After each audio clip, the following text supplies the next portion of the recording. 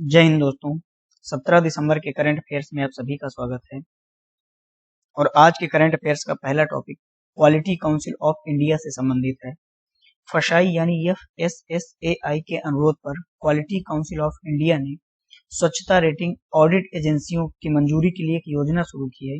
इस योजना में ऐसी रेटिंग ऑडिट एजेंसियों की संख्या को बढ़ाया जाएगा जो कि फसाई के द्वारा निर्धारित खाद्य स्वच्छता और सुरक्षा प्रक्रियाओं का पालन करने वाले उत्पादों को रेटिंग देने का कार्य करेंगी। ये रेटिंग इनकी 1 से 5 के बीच में होगी। अब देखिए, भारत में बहुत ज्यादा प्रोडक्ट बनते हैं।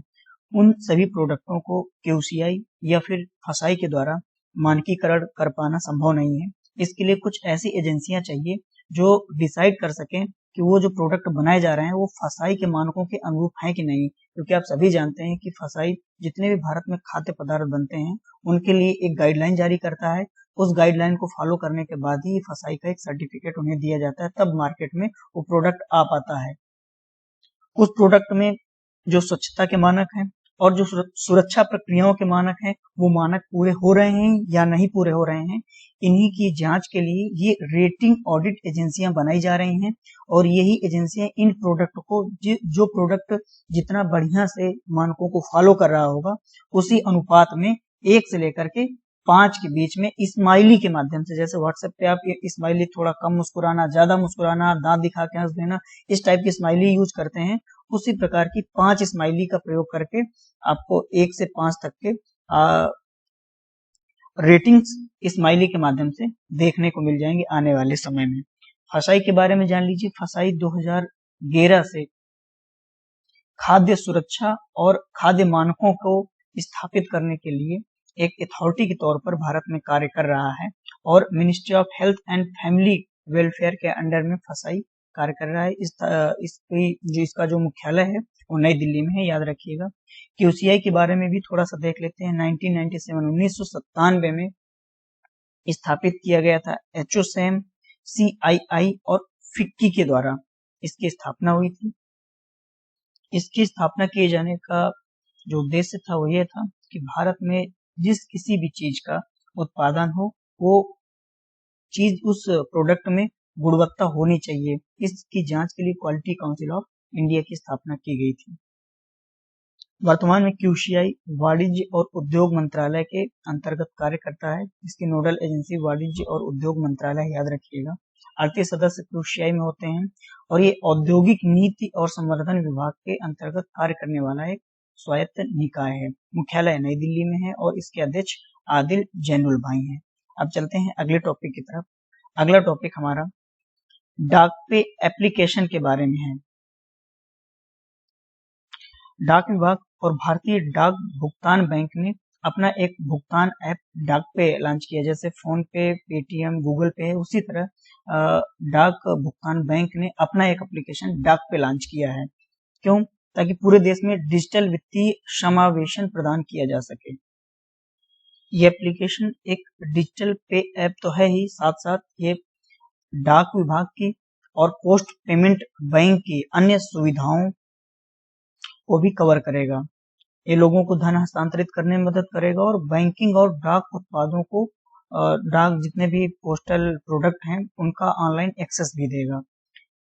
देखिए, लॉन्च इसे किया है संचार और IT मंत्री रविशंकर प्रसाद ने। डाक विभाग के बारे में एक फैक्ट है, याद रखिएगा। डाक विभाग 1854 में लाल डलहौजी के द्वारा स्थापित किया गया था। मुख्यालय दिल्ली में है और संचार मंत्रालय के तहत काम करता है। और यहीं पर देख लेते हैं भारतीय डाक भुगतान बैंक के बारे में। स्थापना 2018 में हुई थी इंडियन पोस्ट पेमेंट बैंक की, जो भारतीय डाक के अंतर्गत काम करने वाला एक विभाग है जो बैंक के रूप में भी अब काम करेगा। सार्वजनिक क्षेत्र के भुगतान बैंक है जो कि डाक विभाग के द्वारा संचालित है, चर्चा कर दिया मैंने। डाकियों और डाकघरों के माध्यम से ये बैंकिंग सेवाएं अपनी प्रदान करता है। अन्य फैक्ट देखिए, इसमें लगभग 1.54 लाख यानी 1.5 lakh post office payment bank branches की तरह वर्तमान में काम कर रही हैं। 1 लाख से ज्यादा जो डाकिये हैं वो बैंकिंग सेवाओं को आपके घर तक पहुंचाने का कार्य कर रहे हैं। 5000 इंडियन पोस्ट पेमेंट बैंक के, भारतीय डाक बैंक के 5000 ATM वर्तमान में काम कर रहे हैं और विश्व के सबसे बड़े बैंक बनने की दिशा में ये काम कर रहा है, चल रहा है, तो याद रखिएगा। अब अगला टॉपिक देखते हैं। अगला टॉपिक हमारा कजाकिस्तान के स्वतंत्रता दिवस के बारे में है। कजाकिस्तान 29वां स्वतंत्रता दिवस मना रहा है, क्योंकि 1991 को ये अलग हुआ था सोवियत संघ से। और यहाँ याद रखने वाली बात यह है कि सोवियत संघ से अलग होने वाला, सोवियत गणराज्य से अलग होने वाला, सोवियत गणराज्य से स्वतंत्रता प्राप्त करने वाला ये अंतिम देश था। याद रखिएगा इस फैक्ट को। वर्तमान में कजाकिस्तान जो है दुनिया के महत्वपूर्ण आर्थिक केंद्रों में से एक बन गया है। प्रत्येक देश कजाकिस्तान के साथ अपने बेहतर संबंध बनाए रखना चाहता है, और भारत भी वर्तमान में व्यापार, अर्थव्यवस्था, निवेश और रक्षा के क्षेत्र में कजाकिस्तान को सहयोग प्रदान कर रहा है, ताकि बेहतर संबंध बनाए रखे जाएं।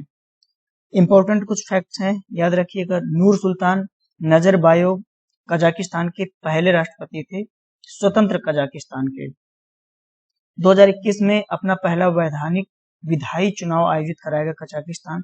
कजाकिस्तान को अगर मैप में देखें तो मध्य एशिया का ये सबसे बड़ा देश है। देखिए कजाकिस्तान, इस कजाकिस्तान के पूर्व की बात करें तो पूर्व में चीन है, उत्तर में इसके रसिया है, दक्षिण की बात करें तो दक्षिण में उज्बेकिस्तान है, दक्षिण पश्चिम में कैस्पियन सागर, ये देखिए कैस्पियन सी है, कैस्पियन सी के साथ अपनी सीमा साझा करता है। इसके साथ अरल सागर, ये देखिए अरल सागर यहाँ पर है, ये कजाकिस्तान के साथ सीमा साझा कर रहा है। और साथ साथ तुर्कमेनिस्तान, यहाँ पर देखिए तुर्कमेनिस्तान है और ये कजाकिस्तान के साथ ये सीमा साझा कर रहा है। तो रसिया, चीन, तुर्कमेनिस्तान, उज्बेकिस्तान कजाकिस्तान के साथ सीमा साझा करते हैं। कैस्पियन सागर और अरल सागर के साथ भी कजाकिस्तान की सीमाएं टच होती हैं। कजाकिस्तान की राजधानी नूर सुल्तान है और तांगे कजाकिस्तान की मुद्रा है। वर्तमान जो राष्ट्रपति हैं वो कसीम जोमार्ट टोकायव हैं। अब अगला टॉपिक देखते हैं। अगला टॉपिक हमारा लोसार फेस्टिवल के बारे में है। लोसार फेस्टिवल लद्दाख के लोग मनाते हैं और इसे लद्दाखी नव वर्ष के रूप में सेलिब्रेट करते हैं। ये त्योहार, लोसार त्योहार 15 दिसंबर से शुरू हुआ है और अगले 15 दिनों यानी 30 दिसंबर तक जारी रहेगा। इस अवसर पर लेह के चोकंगा विहार में विशेष प्रार्थना की जाएगी। इस समारोह का आयोजन लद्दाख बुद्धिस्ट एसोसिएशन की यूथ विंग के द्वारा किया जा रहा है। साथ साथ स्वायत्त पर्वतीय विकास परिषद, जो लद्दाख की स्वायत्त पर्वतीय विकास परिषद है, वो भी यूथ विंग के साथ मिलकर के इस समारोह का, इस फेस्टिवल का आयोजन करवा रही है। कुछ अन्य फैक्ट लोसार त्योहार के बारे में है, जैसे इसे लद्दाखी या फिर तिब्बती नववर्ष के रूप में मनाया जाता है। तिब्बती बौद्ध धर्म के अनुसार नए साल की शुरुआत के रूप में इस त्योहार को सेलिब्रेट किया जाता है और ये त्योहार अच्छाई और बुराई के बीच संघर्ष को चिन्हित करने के लिए मनाया जाता है। मेथो इस त्योहार का सबसे महत्वपूर्ण समारोह है। लद्दाख के प्रमुख त्योहारों में से एक है, याद रखिएगा। अगला टॉपिक देखते हैं। अगला टॉपिक हमारा ट्रोपमेंट 2020 समिट के बारे में है। हिंदी में इसे उष्ण कटिबंधीय मौसम बैठक के रूप में भी चिन्हित किया गया है। इस समिट का आयोजन भारतीय मौसम विज्ञान सोसाइटी IMS और उत्तर पूर्वी अंतरिक्ष उपयोग केंद्र NESA से मिल करके कर रहे हैं। और इस बार के जो ट्रोपमेंट समिट है, इसका विषय है पर्वतीय क्षेत्रों पर मौसम और जलवायु सेवाएं हैं। याद रखिएगा इसे। इस सम्मेलन में पर्वतीय क्षेत्र के लिए मौसम और जलवायु सेवाओं के महत्व पर चर्चा की गई।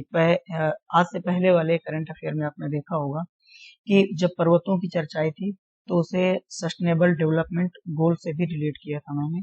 और सस्टेनेबल डेवलपमेंट गोल में गोल नंबर 15 में ही पर्वतों के संरक्षण के बारे में बात की गई, क्योंकि पर्वतों में विश्व की 15% से अधिक आबादी निवास करती है और 25% से अधिक पौधे और पशु निवास करते हैं। इसलिए पर्वतों का हमारे जीवन में बहुत ही ज्यादा महत्व है। याद रखिएगा इसे। SDG 15 में है पर्वतों से संबंधित संरक्षण की बात।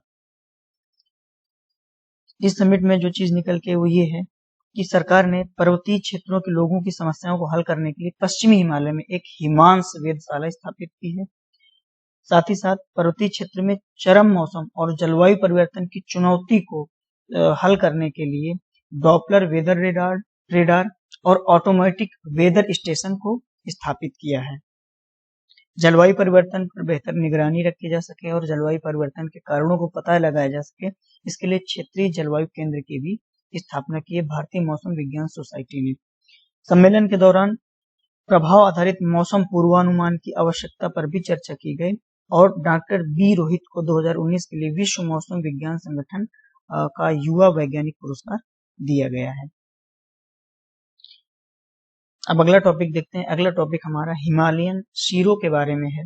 यूपीएससी के लिए इम्पोर्टेंट टॉपिक है, इसको काफी अच्छे से पढ़िएगा।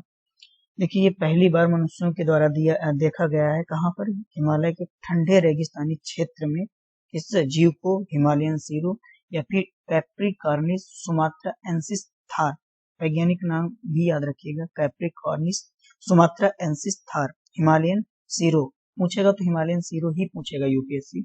ये मनुष्यों के द्वारा पहली बार हिमालय के ठंडे रेगिस्तानी क्षेत्र में देखा गया है। अभी देखिए, इसका इम्पोर्टेंस क्यों है? इम्पोर्टेंस इसलिए है क्योंकि इसे IUCN की संकटग्रस्त प्रजातियों से संबंधित जो लाल सूची होती है, यानी जो red list of threatened species होती है, उसमें इसे वनरेबल श्रेणी में रखा गया है, लुप्त प्राय की श्रेणी में रखा गया है और भारत की वन्य जीव संरक्षण अधिनियम 1972 की सूची 1 के तहत रखा गया है। यानी कि ये बिल्कुल लुप्त प्राय प्रजाति का प्राणी है और इसके संरक्षण की बहुत अधिक आवश्यकता है। अब ये लुप्त ही हो गया है लगभग, तो अब देखा गया है तो प्रश्न पूछे जाने की संभावना इसकी काफी है। ये एक ऐसा जीव है जो कि शाकाहारी है और मुख्य भूभागीय शीरों की एक उप प्रजाति के रूप में वर्गीकृत है। अब यहाँ पर देखिए, जो चर्चा हुई थी कि वन्य संरक्षण अधिनियम 1972 की सूची 1 के अंतर्गत रखा गया है, तो भारत में देखिए एक वन्य जीवों और पौधों को संरक्षित करने के लिए वन्य जीव संरक्षण अधिनियम 1972 लाया गया था। इसमें 6 सूचियां बनाई गई थी। पहली और दूसरी सूची में जिन जानवरों को सम्मिलित किया गया उनके शिकार को पूर्णतः प्रतिबंधित कर दिया गया और यदि कोई भी व्यक्ति उनका शिकार करता है या अवैध व्यापार करता है तो उसे कड़ा दंड दिया जाएगा। सूची 3 और 4 में जिन जानवरों को शामिल किया है उनमें कुछ छूट दी गई, यानी सूची 1 और 2 में शामिल जानवरों को पूर्णतः सुरक्षित किया गया है। किसी प्रकार से आप अवैध व्यापार या शिकार नहीं कर सकते। 3 और 4 में अगर शिकार करते भी हैं तो आपको कम कड़ा दंड दिया जाएगा, यानी कुछ छूट है। सूची 5 में जिन जानवरों को शामिल किया गया है उनको उनका शिकार किया जा सकता है और सूची 6 में वृक्षारोपण और पौधों से संबंधित संरक्षण की बात की गई। तो याद रखिएगा, वन्य जीव संरक्षण अधिनियम 1972 में जो 6 सूचियां हैं, एक और दूसरी सूची में जिन जानवरों को शामिल किया गया है उनको पूर्ण सुरक्षा प्रदान की गई, ना उनका शिकार किया जा सकता है, ना ही किसी प्रकार का व्यापार किया जा सकता है। तीसरी और चौथी सूची में जो है, यदि उनका शिकार या व्यापार करते हुए कोई व्यक्ति पकड़ा जाता है तो उसे दंड तो मिलेगा, लेकिन उतना कड़ा दंड नहीं मिलेगा जितना 1 और 2 सूची में शामिल जानवरों का व्यापार और शिकार करने पर दिया जाएगा। सूची 5 में ऐसे जानवरों को शामिल किया गया है जिनका शिकार किया जा सकता है। यूपीएससी कई बार इस प्रकार के फंसाने वाले क्वेश्चन पूछ चुका है, सूची 1, 2, 3, 4 करके। तो याद रखिएगा, सूची 5 में ऐसे जानवरों को शामिल किया गया है जिनका शिकार किया जा सकता है। सूची 6 में वृक्षारोपण और पौधों से संबंधित संरक्षण की बात की गई है। इस जीव के बारे में एक बात और याद रखिएगा कि इसकी सभी प्रजातियां एशिया में पाई जाती हैं। हालांकि हिमालयन शीरो केवल हिमालयी क्षेत्र, विशेष रूप से जो पूर्वी, मध्य और पश्चिमी हिमालय वहां पर पाया जाता है और ट्रांस हिमालय के क्षेत्र में हिमालयन शीरो नहीं पाया जाता है। इस जीव की जो खास बात है कि ये एक संकर जीव दिखने वाला है, यानी कि कई जीवों का मिक्सचर दिखता है। ये बकरी की तरह भी दिखता है, इसके कान गधे की तरह, मुंह भी इसका गधे की तरह, तो गधे की तरह दिखता है। इसका जो बीच का शरीर है ये वाला, ये गाय की तरह है तो गाय की तरह भी दिखता है। पैर बकरी की तरह है तो ये बकरी की तरह भी दिखता है और सुअर की तरह दिखता है, यानी कि ये गधा, बकरी, गाय और सुअर के बीच एक संकर जीव की तरह है और वर्तमान में लुप्त प्राय है। तो इस कारण से ही इसे IUCN की लुप्त प्राय जानवरों की श्रेणी में भी रखा गया है। साथ साथ वन्य जीव संरक्षण अधिनियम 1972 की अनुसूची 1 में रखा गया। याद रखिए, यूपीएससी इससे क्वेश्चन पूछ सकता है।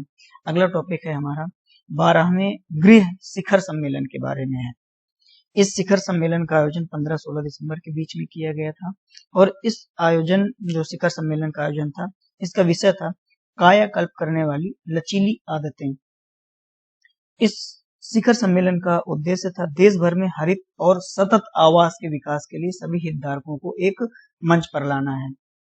अब देखिए यहाँ जो शब्द आया हरित और सतत आवास का विकास, इसका अर्थ ये है कि जब घर का निर्माण किया जाए तो कम से कम पर्यावरण को प्रदूषित किया जाए, कम से कम पर्यावरण को नुकसान पहुंचाया जाए, यानी कि कम पेड़ काटे जाएं और ऐसी विधियों से घर बनाया जाए जिससे पर्यावरण लंबे समय तक सुरक्षित रहे, संरक्षित रहे और घर बनाने के साथ साथ पर्यावरण का संरक्षण भी होता रहे। अभी देखिए सतत निर्माण प्रौद्योगिकी के लिए सरकार की जो पहल थी, सरकार ने 2019 में सर्वश्रेष्ठ उपलब्ध निर्माण प्रौद्योगिकी की पहचान के लिए global housing technology challenge India का आयोजन किया था और इसके लिए इस आयोजन से 6 नई निर्माण प्रौद्योगिकियों का चयन किया था और इन्हीं आधार पर अब घर बनाएगी सरकार। और सरकार के द्वारा जो भी आवास बनाए जाते हैं इसमें रेटिंग भी दी जाती है और इसे ग्रीन रेटिंग के रूप में जाना जाता है। इसे एकीकृत आवास मूल्यांकन परिषद के लिए ग्रीन रेटिंग के रूप में पंजीकृत किया गया है और इसे टेरी ने विकसित किया है इस ग्रीन रेटिंग को। और इस ग्रीन रेटिंग को देश भर में ग्रीन बिल्डिंग के लिए एक राष्ट्रीय रेटिंग प्रणाली के रूप में अपनाया गया। देखिए टेरी क्या है, the energy and resources institute की स्थापना टेरी की 1974 में हुई थी और ये ऊर्जा के क्षेत्र में, पर्यावरण के क्षेत्र में और सतत विकास के क्षेत्र में बेहतर कार्य कैसे किया जाए इसके लिए गाइडलाइन जारी करता है टेरी। राष्ट्रीय स्तर पर स्वीकार्य बेंचमार्क के खिलाफ इमारत प्रदर्शन का आकलन करने में भी ये मदद करता है टेरी, याद रखिएगा। अब चलते हैं अगले टॉपिक की तरफ। अगला टॉपिक आज की करंट अफेयर का अंतिम टॉपिक है, ये भारतीय तटरक्षक जहाज सुजीत के बारे में। इसे गोवा में तैनात किया गया है। ये स्वदेश निर्मित तटरक्षक यानी कि कोस्ट गार्ड एक शिप है, इसका नाम सुजीत है। इसका जो निर्माण किया गया है ये गोवा शिपयार्ड लिमिटेड के द्वारा, जो कि 5 अपतटीय गश्ती पोत की श्रृंखला का दूसरा जहाज है। यानी कि तट की रक्षा के लिए जो 5 जहाज बनाए जाने थे उन 5 जहाजों की श्रृंखला में ये दूसरा जहाज है। ये जहाज power management system, high power external fire fighting system, platform managing system, management system, navigation और कम्युनिकेशन इक्विपमेंट और तमाम प्रकार के सेंसर से लैस है। ये भारतीय तटरक्षक की परिचालन क्षमता को बढ़ाने में निश्चित रूप से मदद करेगा और इसे विशिष्ट आर्थिक क्षेत्रों यानी कि स्पेशल इकोनॉमिक जोन में तैनात किया जाएगा। ये होते क्या हैं, जियोग्राफी वाली क्लास में अच्छे से पढ़ लेंगे। भारतीय तटरक्षक बल के बारे में देख लेते हैं। ये सशस्त्र बल, समुद्री खोज और बचाव और कानून के लिए एक प्रवर्तक एजेंसी के रूप में कार्य करती है, जो कि रक्षा मंत्रालय के अंतर्गत आती है। मुख्यालय नई दिल्ली में है और इसकी स्थापना 18 अगस्त 1978 को हुई थी। आज के करंट अफेयर्स में बस इतना ही। करंट अफेयर का पीडीएफ टेलीग्राम में डाल दिया जाता है, आप वहां से जाकर के इसे डाउनलोड कर सकते हैं। तैयारी अपनी कंटिन्यू जारी रखिए। ये जो भी करंट अफेयर आप पढ़ रहे हैं ये प्रीलिम्स में तो आपके सहायक होगा ही। प्रीलिम्स केवल यूपी पीसीएस ना मान चलिए, बल्कि मैं तो आईएएस को ध्यान में रख करके इस करंट अफेयर को बनाता हूँ और साथ साथ पीसीएस के लिए भी फैक्ट शामिल कर लेता हूँ। तो आईएएस और पीसीएस के लिए तो ये रामबाण करंट अफेयर सिद्ध होने वाला है। आने वाले 2021 के सेशन में आप देखेंगे न केवल प्रीलिम्स के लिए बल्कि मेंस के लिए भी बहुत ज्यादा सहायक होगा। तो जो भी करंट अफेयर आप पढ़ रहे हैं इसको आप नोट करते रहें, क्योंकि इसमें करंट तो कवर हो ही रहा है, करंट के साथ साथ कुछ ना कुछ आपका स्टैटिक पोर्शन भी आपका कवर हो रहा है, जो आगे चल करके 2021 के सेशन में आपको निश्चित तौर पर सफल बना देगा। आज के करंट अफेयर में बस इतना ही। कल मिलते हैं। जय हिंद।